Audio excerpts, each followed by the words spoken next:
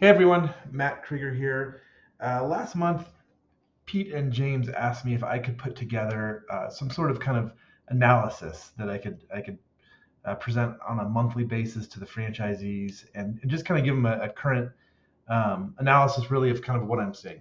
And so this is the first go around at it. This is kind of draft number one. If there's some additional information or additional analysis you think would be helpful, certainly let me know. But we'll go through this. Now, the big caveat with all of this is that I'm pulling almost all this data out of ServiceMinder. Some of this is coming out of QuickBooks. In other words, the system-wide revenue and things like that is coming out of QuickBooks.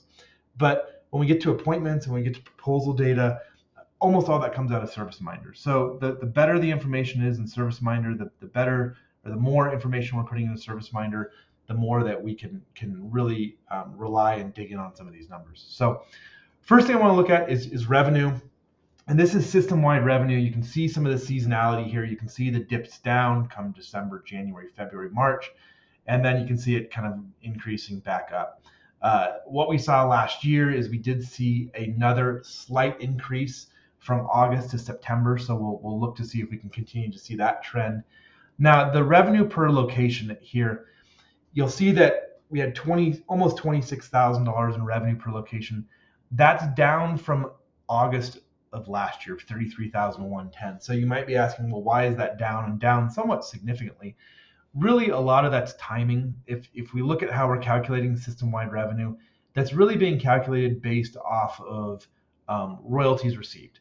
And in August of last year, there was 5 weeks of royalties received. In August of this year, there's 4 weeks of royalties received.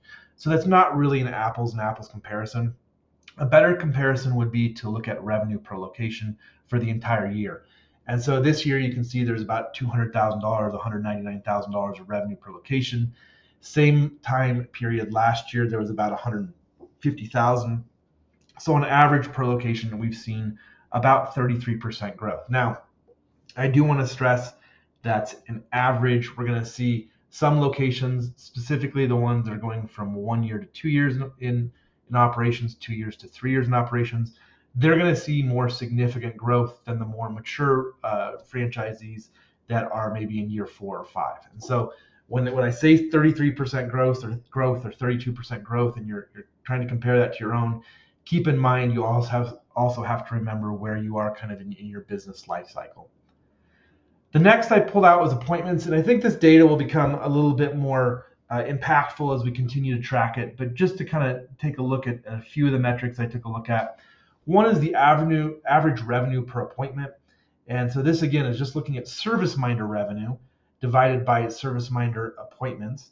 And so for the current month, the average appointment was just over $675. If you look at year to date, that's actually down. So year to date, our average appointment is about $720. So we're down in August compared to where we are year to date.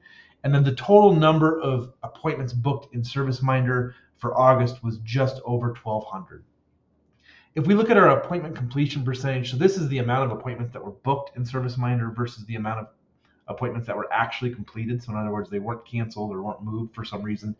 You can see the last 4 months really, really consistent at 98, 99% of appointments booked in ServiceMinder are completed. So that's a really good percentage. Now, perhaps the most interesting information I found was the proposal information. If we look, I'm going to concentrate on this close rate here because I think that this is kind of a good way to start off the story. If we look at it, our close rate is 25%, and I want to specify what close rate is the number of proposals sent out versus the number of proposals accepted. If I actually look at this in dollar value, only about 5% of the dollar value of proposals sent out is actually accepted. And why is that, you might ask? Well, if we look at our average proposal value sent out, it's $5,200 versus our average proposal value accepted is $1,700. And this is a trailing 6-month average. So as a result, if we look at the dollar value accepted, like I said, we're only at about 5% in August versus the 25% accepted rate or close rate, which is the number of proposals. Now, the interesting thing about this is you might say, okay, well, we were at 39% close rate in June. We were at 25% in August. Why is that? What's going on with that? A couple things. So one is you can see just the number of proposals we've had has increased. So for instance, in June we sent out 497 proposals. In August, as a system, 567 proposals. So we saw an increase of about 70 different proposals sent out. The other thing that's happened is our average proposal size. So in June, the average proposal sent out was about $4,600. In August, that jumped up to over $5,400. So, we saw about, if I'm just kind of doing the rough math, a 20% increase in proposal value sent out over 2 months. Hence, then the accepted rate's gone down. And we've actually seen that. The average proposal size in terms of dollar value accepted in August was just over $1,000, compared to in June, it was $1,800. So we're seeing larger proposals sent out. What that's doing is it's decreasing the acceptance rate. That's not necessarily a bad thing, but I think that we do want to make sure that there's a balance of proposal values sent out. On average, the average franchisee sent out about 30 proposals in the month of August.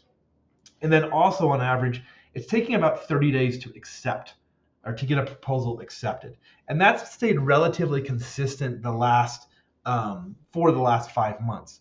It's been 31 days, 28 days, 31 days, 30 days.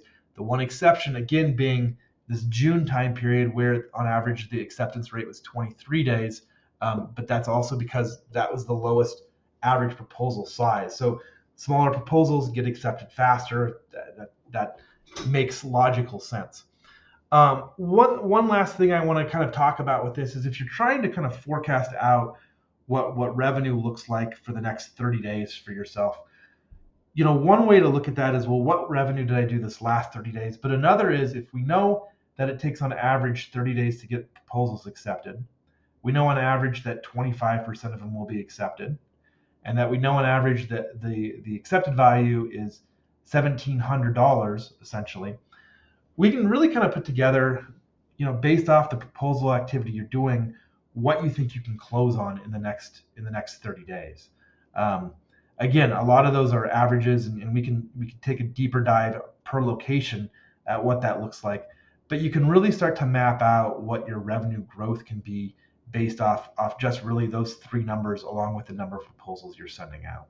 So that's probably a little bit longer than usual look at the financials for August. I'll be back in September with a fresh look. Let me know if you have any questions. Thanks.